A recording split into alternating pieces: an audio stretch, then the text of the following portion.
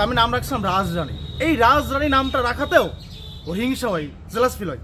দেখছে যে ও যে বলছে যে বাংলাদেশ কিন্তু 95% মুসলমান কান্ট্রি, তো এই 95% মুসলমান কান্ট্রি দেশে ও ডাইরেক্টলি বলেছে ভাই বোনের যে সম্পর্কটা অপবিত্র বানিয়ে ফেলছে।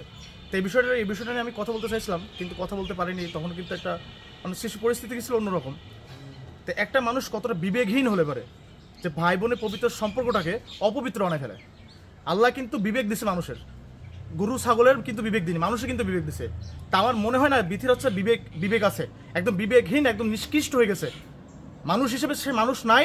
যদি মানুষ থাকতো তাহলে ভাই বোনের সম্পর্কটা, পবিত্র সম্পর্কটা অপবিত্র বানাতে পারতো না আমার মনে হয়। সে মানে লোভে কোনো কিছুতে পড়ে সে নিষ্কৃষ্ট হয়ে গেছে, তার মধ্যে কোনো মানুষত্ব বোধ বলতে কোনো জ্ঞান নেই। আর আমরা হাদিসে জানি এটা যে ভাই বোনের সম্পর্কটা এমন একটা সম্পর্ক, যখন ভাই বোন দুনিয়ার উপরে এই দুনিয়ার উপর কথা বলে, তখন কিন্তু আল্লাহ বলে যে ফেরেশতাদের বলে সময়টাকে থামিয়ে দাও, তারা কথা বলুক।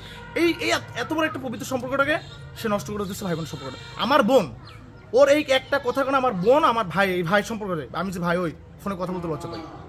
আমার বোন আমার বাড়িতে আসতে পারে না শুধু ওর কারণে, মানে এতটা নিষ্কৃষ্ট হয়ে গেছে। এই একটা কথার কারণে আমার ভাই বোনের সম্পর্কে যে ছিল সেটা মানে একদম ফাটল ধরে গেছে। আমি আমার বোনের কাহিনী বলি। আমি যখন ক্লাস 3-তে পড়ি তখন আমার বোন হয় ছোট্ট। তা আমি 2 ভাইয়ের যেহেতু একটা বোন, যেহেতু ক্লাস 3-তে পড়ে আমি, তা অনেক শখের একটা বোন ছিল আমার। তো রাজরানীকে ডাকতাম। আমি ছোটবেলায় যখন আমার বাবা টিফিনের টাকা হোক, যে কোনো টাকা হোক যখন দিত, আমি ওই টাকাগুলো গোছাই আমার বোনের জন্য খাবার টাবার খেলনাপাতি নিয়ে আসতাম। এই যে ক্লাস 3 থেকে তখন মানে মেবি হচ্ছে 2005-6 সালে এরকম হবে। তখন থেকে আজকে 20 বছর ধরে আমার বোনটারে কিন্তু আমি বুকের মধ্যে আগলে রাখছি।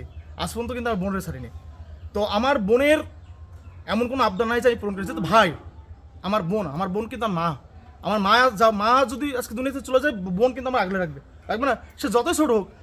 তো এই বোনটাকে আমি এত পরিমাণ আদর করছি, এত পরিমাণ ভালোবাসছি, আমি নিজে না আমার বোনরে দিছি, এত পরিমাণ আদর করছি। সেই বোনটার সাথে আমাকে খারাপ বানিয়ে ফেলছে। এই যে মানুষত্বহীন, বিবেকহীন একটা পশু সমতুল্য একটা মেয়েটা। আপনাকে চরিত্রের অপবাদ দিয়েছেন নাকি? একদম ডাইরেক্টলি যে আমার বোনের কথা শুইতে পারে না, বোনের সাথে সম্পর্ক হতে পারে না, খারাপ সম্পর্ক, এরকম মানে যেটা বলার মতো। আমি শুধু ভিডিও দেখছি আর কান্না করছি আর আল্লাহকে ডাকছি, জাল্লা তুমি কিছু একটা করো। মানে যেই মানুষটা মানে আমার বোন আমার জন্য, আমার যদি কোনো অসুখ হয় সে কিন্তু নামাজ পড়ে আমার জন্য কান্না করে, আমাকে জড়ায় ধরে কান্না করে। আমার ঘরের বউ আমার জ্বর আসলে অত কেয়ার করবে কিনা জানি না, আমার বিপদে আমার বউ কিন্তু আমার হাত ছেড়ে দেয়, কিন্তু আমার বোন কিন্তু হাত ছেড়ে দেয় না। আমার বোন আমার জন্য, কারণ আমি যদি কোনো খারাপ পথে চলে যাই, কোনো খারাপ কাজ হয়তো করি, কোনো অন্যায় কাজ করি, আমার বোন কিন্তু আমার পক্ষে কান্নাকাটি করে। আমার বোন বেতির পক্ষে আমাকে বোঝাইছে যে ভাই শান্ত কোনো ঝগড়া বাসারি করিস না, তো ভাবি হয় সংসার কর, একসাথে কর।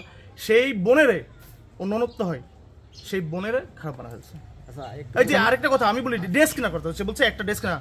বিয়ের পরে ভাই আমার বোনকে অত ড্রেস দিতে পারিনি। একটা ড্রেসের জন্য শুক্রবার দিন, পবিত্র জুম্মার দিনকে একটা দাওয়াত ছিল, সে দাওয়াত খেতে যাবো, আমাদের ওই গোষ্ঠী সবার সাথে ছিলাম।